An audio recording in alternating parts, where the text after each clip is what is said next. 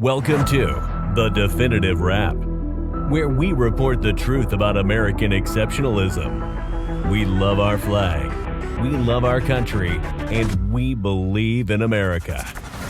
The Definitive Wrap, where we respect people of faith, the men and women in blue, and our support for Israel.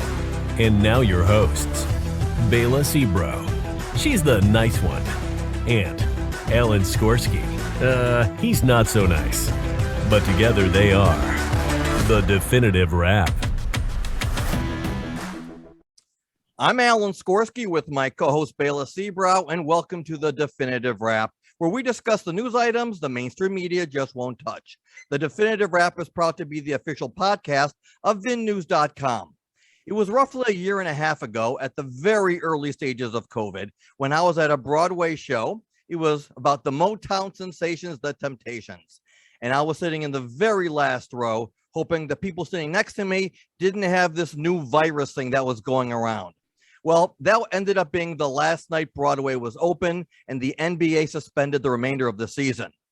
Local politicians were telling us that parades will go on and everything is fine.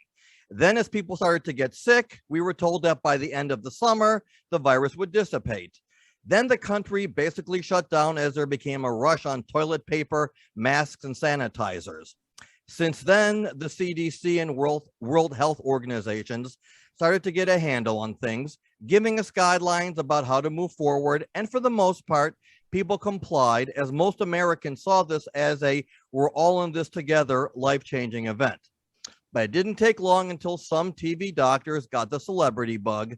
Messaging got muddled, and politicians in the media said they wouldn't trust anything that took place under a certain president, only to change course with follow the science.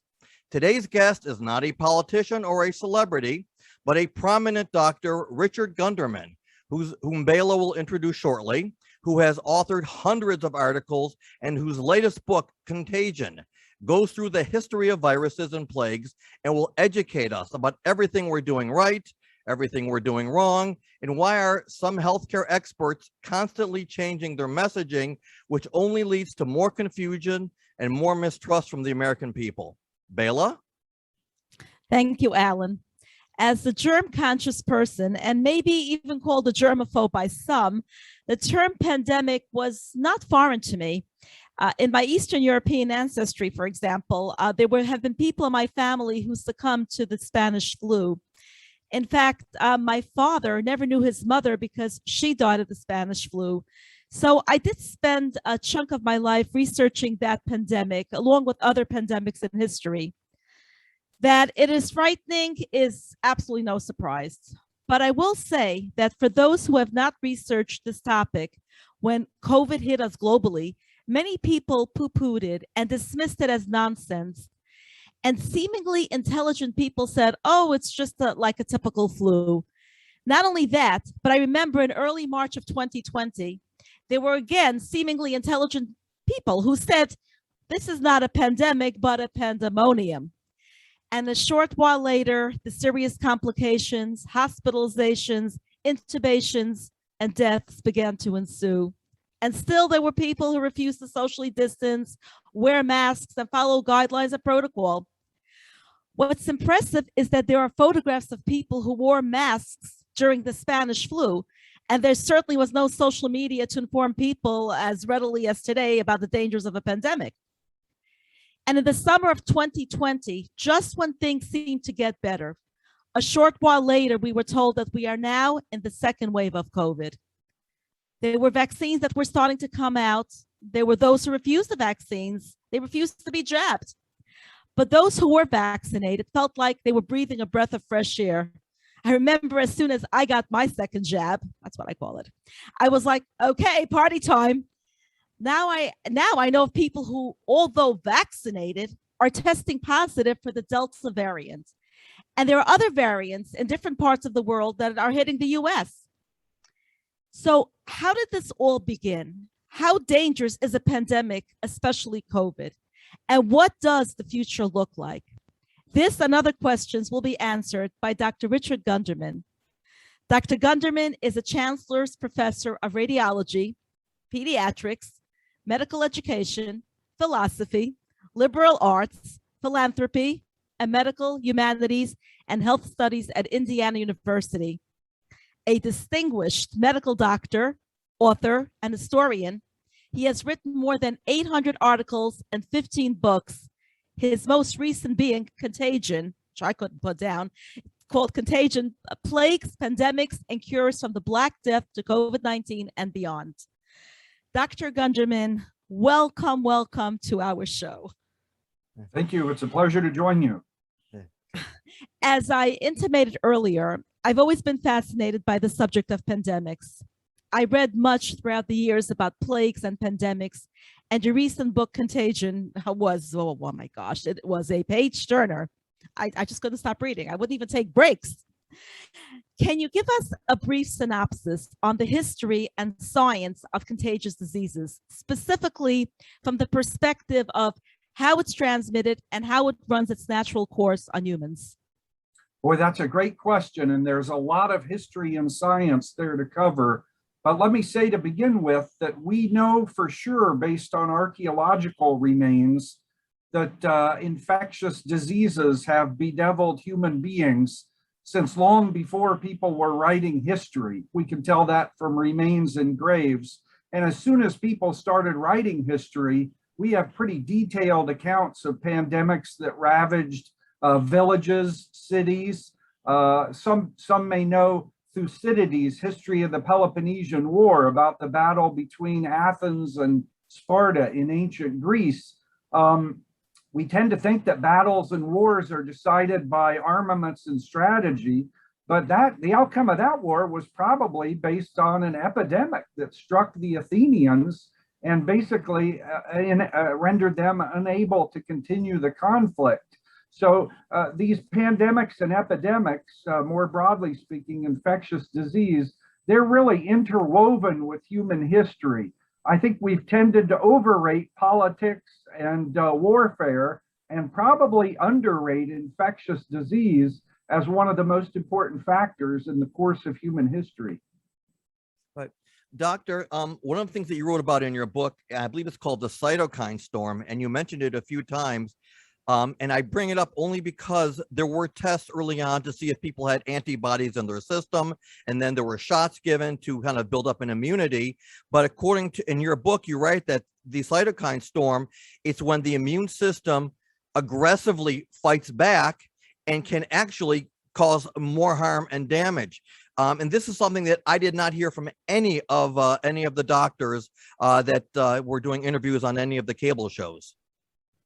Yeah, that's a great point. Perhaps the deadliest pandemic in human history, the so-called Spanish flu. It really didn't originate in Spain and had nothing to do with Spain, but it's perhaps the worst pandemic in history. Began in 1918. It actually tended to be more lethal for young adults than older people. And we've long wondered why that particular influenza outbreak was so deadly. And I have to say, I don't think we know that with certainty, but it appears very likely that the culprit was a cytokine storm. A little etymology here: cyto means cell. The kine part, like kinetic energy, means to move. So cytokines stimulate cells, particularly cells in the immune system. And we need a certain amount of stimulus to fight off infections. But if we get too much stimulus, if we're in an overstimulated state, these same immune cells that kill bacteria and viruses can also damage our own cells. And in fact, in medicine today, autoimmune diseases are part of our daily life. Just as an example, rheumatoid arthritis. There are many, but rheumatoid arthritis is an example of a disease that we think is because the immune system is attacking the body's own tissues.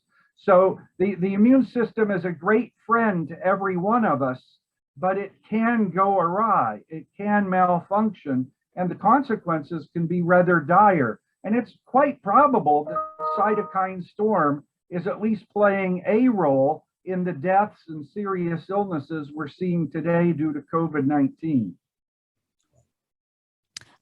Dr. Gunderman, the greatest pandemic in history was considered the Spanish flu. You dedicated a chapter on it in your most recent book. And as I said, I personally always had a strong interest in reading about it. Can you tell us what we thought it was? Like at first, what did people think it was, as opposed to what it really turned out to be like? Yeah, it's a great question. In 1918, people suspected that something we call virus exists, but no one had ever seen one. It wouldn't be until the early 1930s with the invention of a device called the electron microscope that we could see viruses for the first time. But, it was known that something like that could cause disease in animals and human beings. But nobody knew for sure that was the culprit in 1918. But it's interesting, even though they didn't know that influenza was a viral infection then, as you pointed out in your introduction, they adopted many of the same public health measures we're adopting today. As you say, you can find plenty of pictures of police officers, nurses, pedestrians on city streets wearing masks. People were urged to stay off of streetcars and out of elevators. There were no spitting laws introduced because people suspected, that respiratory secretions might transmit it. So we've come a long, long way in the roughly 100 years since that 1918 pandemic. We can actually see SARS-CoV-2, the virus that causes COVID-19, using an electron microscope. But funnily enough, many of our public health measures today bear a striking resemblance to the stuff we were doing a century ago. But Doctor, I want to ask you, right now, we're seeing so many news stories about what's happening on airplanes. People getting kicked off. I have no idea who is guiding the different airlines, but you have, let's say, a full flight with a few hundred people. Everyone goes on with a mask, but they all take their masks off for drinks, for food. And so doesn't that just kill the whole thing? I mean, we keep hearing about super spreaders and nothing is clear.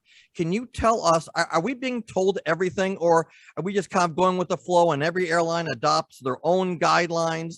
Where are they getting their messaging from? I have no inside information on the airlines, but I can say it must strike a lot of people as strange to be required to wear a mask when they board an aircraft. But then, as you say, when people eat or drink, they remove their masks, and we all know we don't stop breathing just because we've taken our masks off.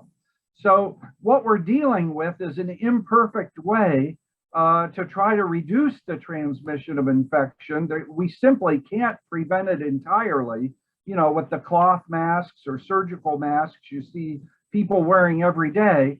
But it does appear that they're at least somewhat helpful in reducing transmission. So I think we've made the decision. We don't want to forbid people to eat or drink on airliners. So we'll allow them to take their masks off at that time, but strongly encourage or even require them to remain masked at all other times. Dr. Gunderman, I'm going to get political here in a nice way, of course. When COVID hit, there were lots of holistic and even medicinal cures claimed to either shorten the duration of the illness or make it go away entirely. The powers that be made it illegal for doctors to prescribe those cures. In fact, hydroxychloroquine, which is a relatively cheap drug, and an old malaria medicine, which some experts believe helped those who contracted COVID, was forbidden to be prescribed. Back in 2020, when I was holed up at home and watching interviews by doctors, because what else was I going to do? I was watching those interviews, the doctors who were angry at the FDA for not allowing the drug to be prescribed, and how people got it on the black markets. Dr. Gunderman, did so many people have to die by allowing COVID to run its course? Because that's what happened. When it affected the breathing, people with low oxygen levels were admitted to the hospital and eventually intubated. They didn't know what else to do with them. And we knew that many of those, if not most, of those who were intubated did not survive. Did this have to happen? Well, it's a tough question. And you can look at it from different point of views. Let me share one that I tend to adopt. I think most of us suppose that science is kind of like an encyclopedia. I just go over to the shelf, I crack open a volume, I read the article and I have the truth.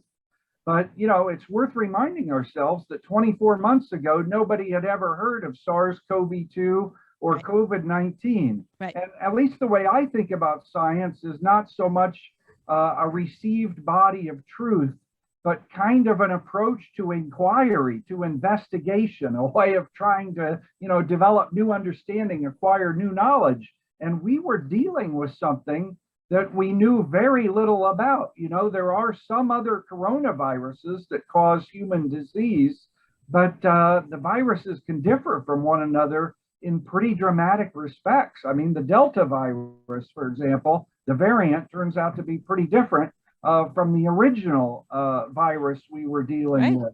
So people are trying to come to at least a provisional understanding of what's happening using imperfect knowledge. And when that happens, mistakes are going to be made. In fact, we've sometimes made mistakes on things we thought we knew with a high degree of certainty.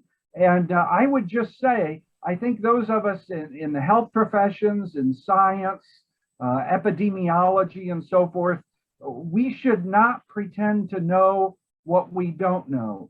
We should try to convey as well as possible, concisely, but as well as possible where uncertainty exists and make people aware of that. And I got to say, there's still a great deal about this virus that I don't think we understand. I think it'll be at least years before we have a really good handle on what's transpiring all around us today.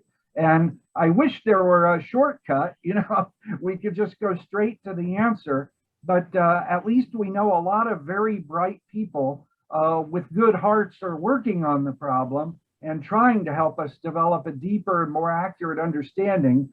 Once we get that, we'll be even better able to prevent, I think, transmission of the disease and provide effective therapy to those who get sick.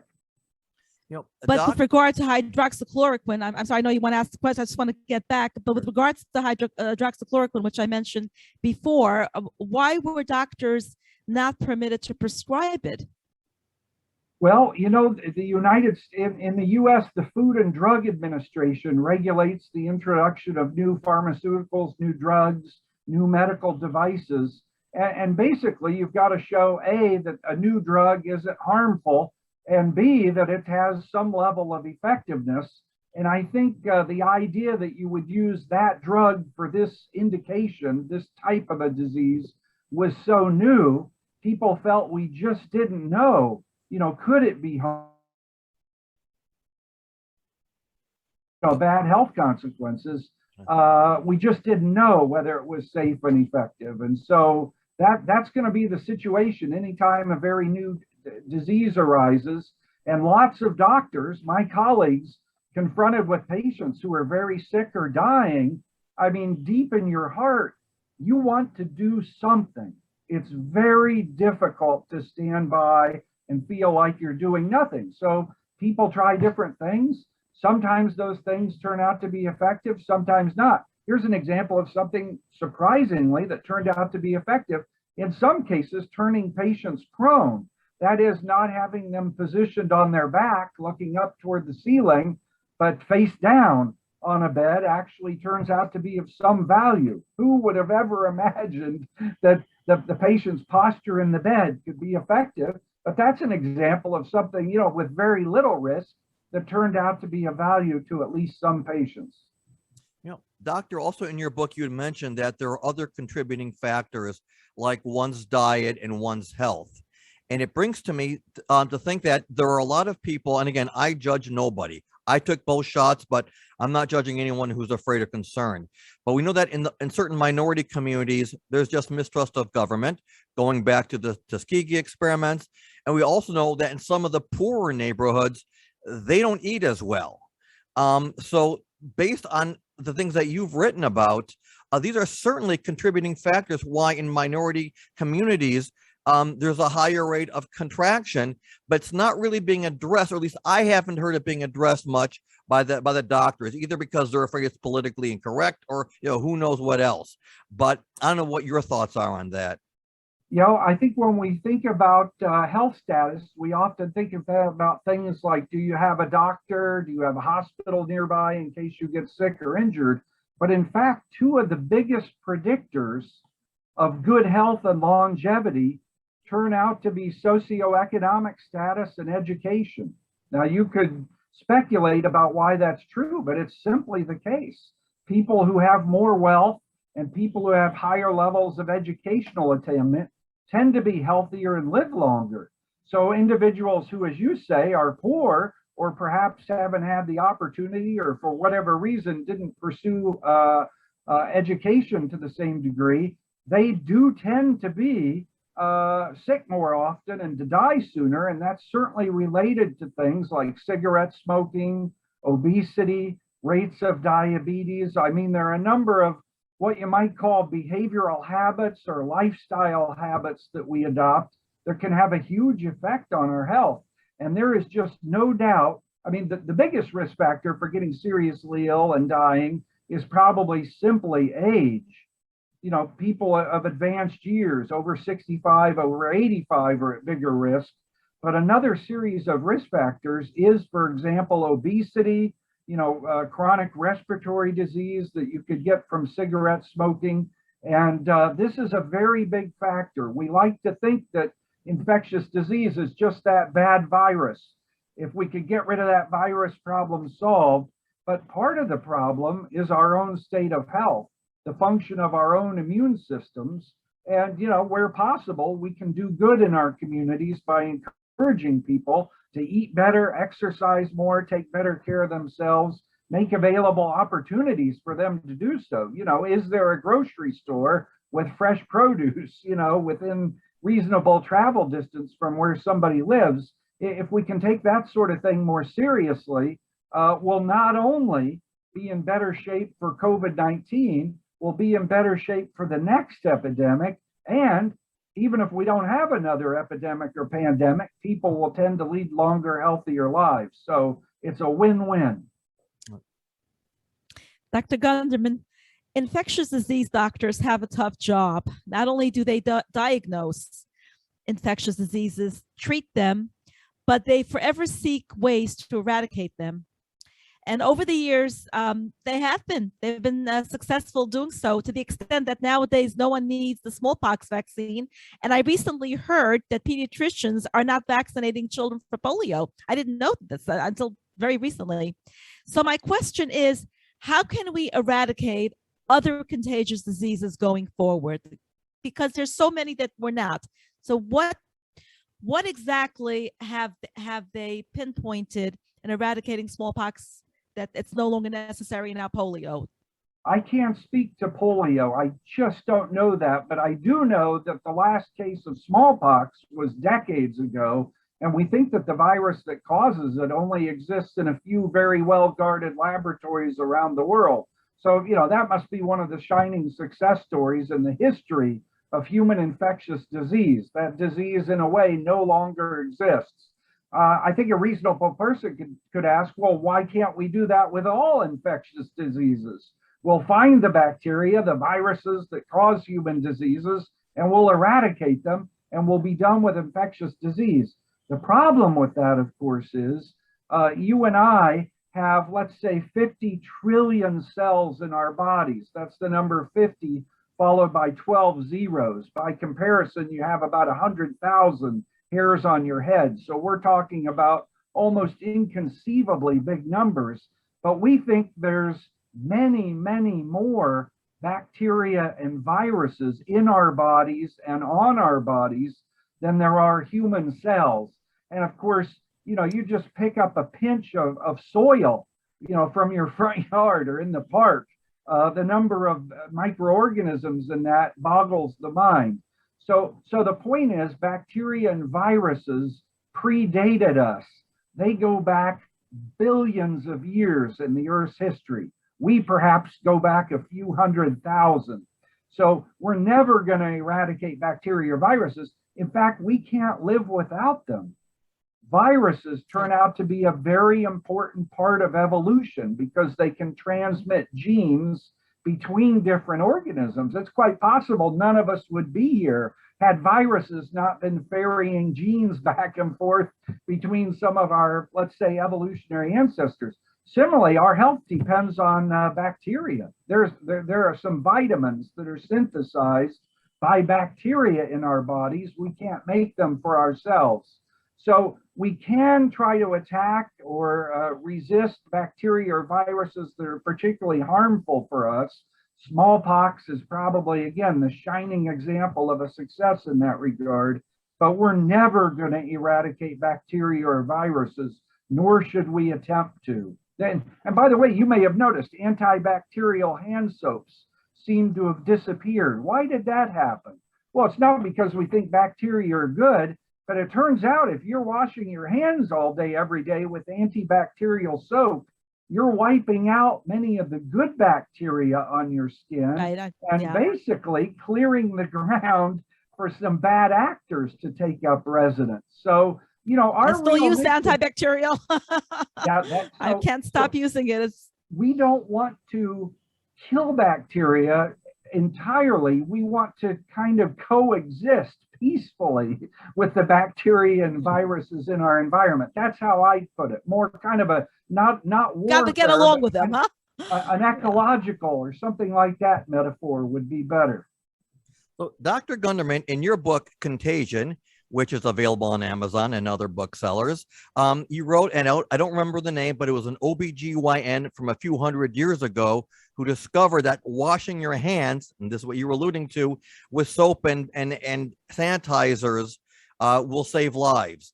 And in the beginning, there was a rush on masks and sanitizers, which no longer gets mentioned. Now it's mask double masking, but no one mentions sanitizers anymore. So now my question goes to, you wrote your book in March of 2021.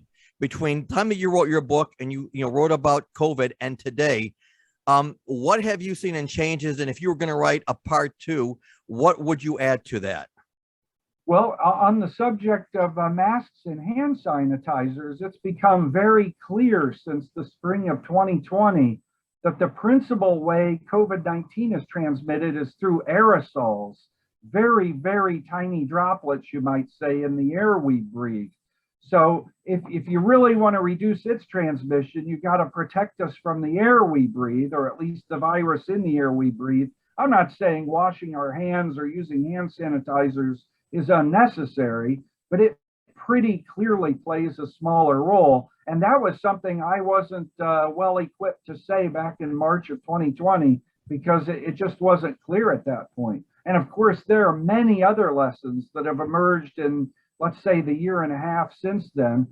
Some people may remember back in March, we had some of the senior public health authorities in the United States saying, gee, I don't think you need to wear a mask. Now, that was partly because mask supplies were short and they wanted to make sure they'd be available for doctors and nurses and other hospital workers. But, we, or at least my colleagues, very quickly changed our tune on that point when it became clear that the respiratory route of transmission is by far the most important. Dr. Gunderman, one of the greatest debates amongst people is the number of deaths from COVID that were reported. How accurate were they, and are they? And also, is there a fiscal benefit for medical facilities when they diagnose COVID in patients? Boy, those are interesting questions. I'm quite sure that worldwide we're undercounting the number of cases of COVID infection and probably the number of deaths, just because in many places testing is either unavailable or very, very difficult to come by. And, because people with COVID often have underlying health conditions, heart disease, lung disease, it could be that sometimes people are getting sick and dying. Let's say we think it's a heart attack, and maybe they were never even tested for COVID. So there are reasons to think that we're both overcounting and undercounting the number of cases of COVID and the number of deaths to COVID. But I would say, as you know, last week we passed 200 million cases. That's the great pandemic of 19 was, we think, about 500 million cases. So we're inching our way up there. I'm quite confident that worldwide we're undercounting the number of infections. I'll point out, just for example, I think only about 2% of the vaccinations in the world have taken place on the continent of Africa. There are very complicated reasons for that, but that's just an indicator of the huge difference in health systems, say in the United States versus the continent of Africa. I'm sure there's a lot of infection, illness, and death taking place that just isn't being adequately counted. Dr. Gunderman, we have a little bit more than 4 minutes left. And there's one question I have to get in. If the president called you in today and said, Dr. Gunderman, we've had the last year and a half, doctors have been on TV from the CDC, Dr. Fauci, and they're all smarter than I am, so I'm not taking shots at anybody. But if you were called in today to address America, based on what we know now, based on your experience and your know-how, what would you tell us? Because as you know, there is a lot of mistrust because there has been mixed messaging. So let's put all the mixed messaging aside. Today, you are being given the platform to address America. What would you be telling us? Well, I'm going to say something a little bit unconventional. The former U.S. Surgeon General and again U.S. Surgeon General Vivek Murthy published a book last year called Together. It's really about the health consequences of loneliness.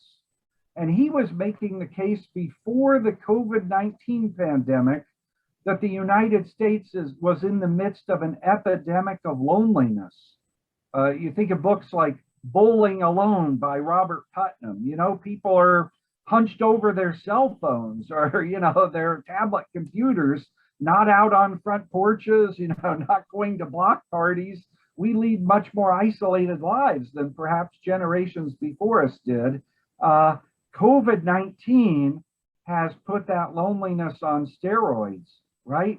Quarantine, isolation. We all probably eye one another more suspiciously. I'm not saying we should throw caution to the wind, but here's a thought. Most of us have lonely people in our communities. And as we move again toward more isolation, more quarantine, more social distancing, perhaps, God forbid, lockdowns again, we need to be mindful of the lonely people in our midst. You know, maybe there's a single elderly person in your apartment building or in your block, or somebody you know at work who's relatively isolated. Each one of us can pick up a phone, you know, or use a digital messaging service and just let people know we're thinking about them. It turns out that when we're lonely, we can get into kind of a vicious downward spiral. You know, I feel so alone. Nobody reaches out to me. I must not be likable. I must not be a lovable person. I get more discouraged, maybe depressed. Every one of us, you don't need an MD or a PhD. You don't have to be a president or a senator. Every one of us knows people who might be lonely. COVID-19 is exacerbating that loneliness. I believe that every person in the country could do something about that in our local environment and end up making a bigger difference than we might think possible.